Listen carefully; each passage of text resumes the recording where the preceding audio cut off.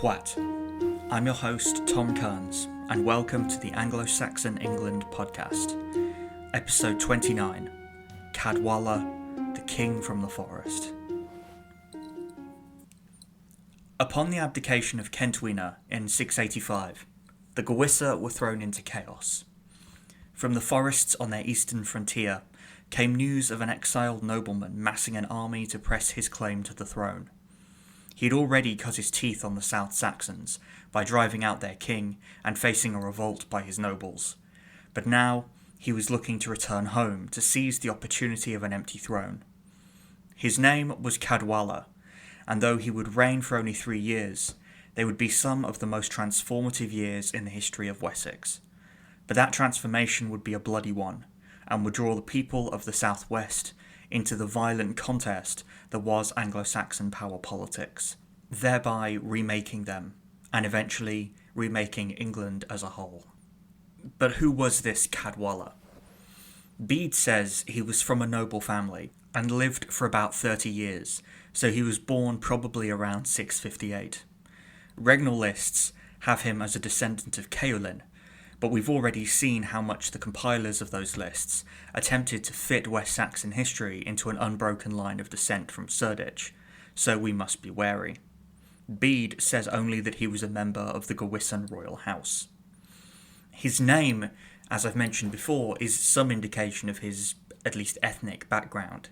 Cædwalla is an anglicised form of the Brittonic name Cædwallon, meaning that he probably had some British ancestry. As I discussed in the first episode on the Gewisse, this wasn't exactly unusual.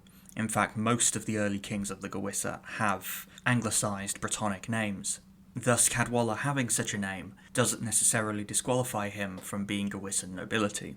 In fact, depending on how widespread intermixing was between the Saxons and the Britons in this area, it may support the idea that he was from a noble house, which had at some point married with local British nobility.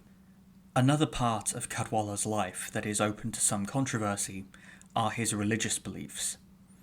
The different sources for his life agree that he wasn't baptised until his death in 688. The evidence doesn't say that he was pagan, though. On the contrary, the image emerges of a man deeply concerned with the church. Wilfrid, the troublesome Northumbrian bishop discussed in the episodes on Oswiu, Edgefrith and Aldfrith, was a close spiritual advisor of Cædwalla from the time of his first conquest of Sussex. As king, Cædwalla was a patron of churches and founder of monasteries, as any good Christian king would be. So then why wasn't he baptised until his death? Well, especially during the missionary period, it wasn't uncommon for men to hedge their bets in a way by holding off baptism until they were on their deathbeds. This way their sins could be forgiven when they knew they wouldn't be able to commit any more.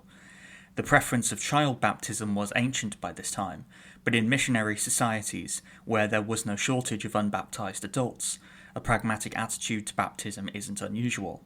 As has been a recurring theme throughout this series, nobles in exile, much like soldiers in foxholes, tend to find God pretty quickly.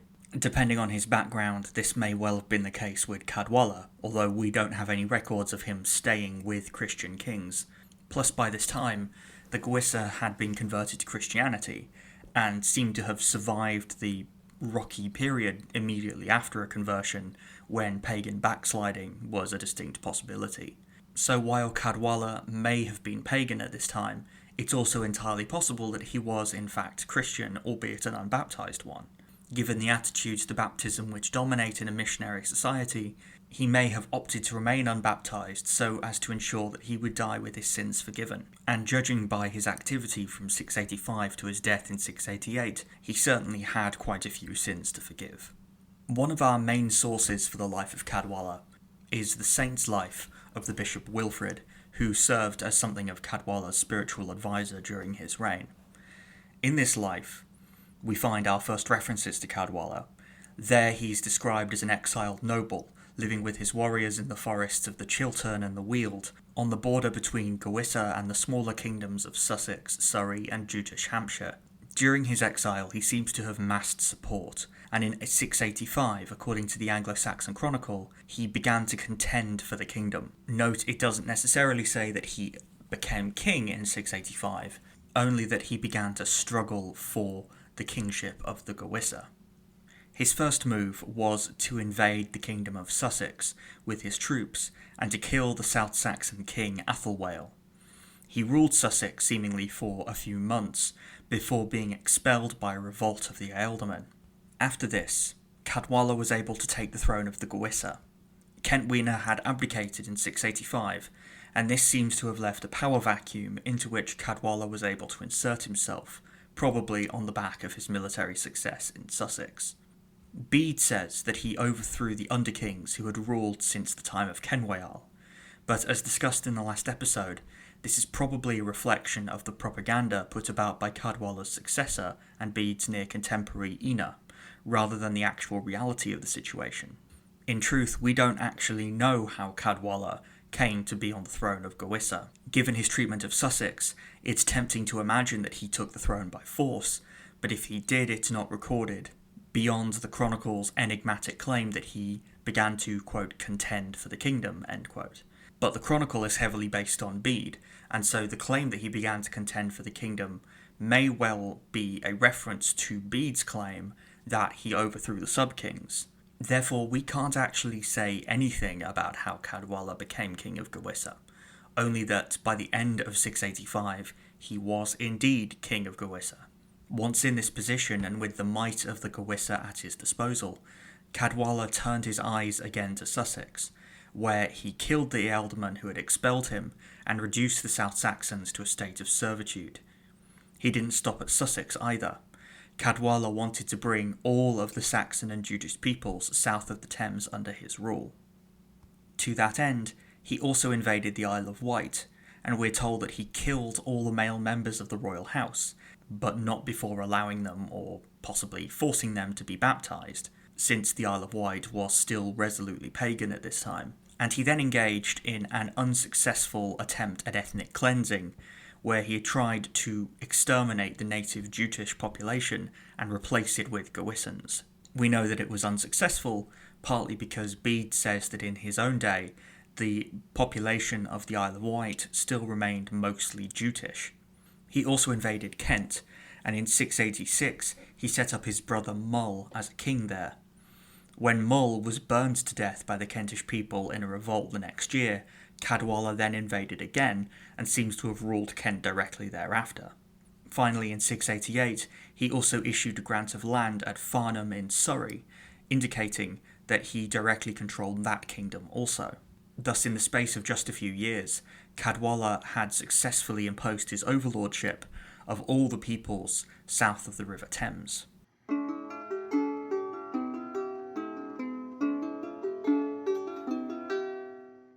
I'd like to take this opportunity to thank our patrons over at Patreon: Janet Kearns, Jennifer Ross, Ramon Rodriguez, Patricia Scott, Wilfrith, Ruth Goodmanson, Adam Getzendana, George, Brandon Johnson, Flynn Hartwick, Holly Sinclair, Dante, Catherine Robertson, Grace M. Teresa, and Che Christian Padron. Thank you for your support. It is all greatly appreciated. And if you'd like to be thanked as well, then you can be by going over to the show's Patreon and supporting us for $3, $5 or $10 a month, which will give you access to various things like obviously the shout-outs, the weekly bonus series that we're doing now, and more to come in the future. Other ways you can support us is by leaving a 5-star rating on whatever podcast platform you're using, by leaving a review, which helps to boost the show through the algorithm.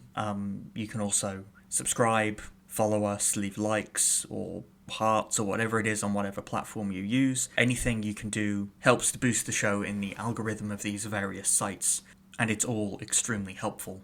And now, back to the show.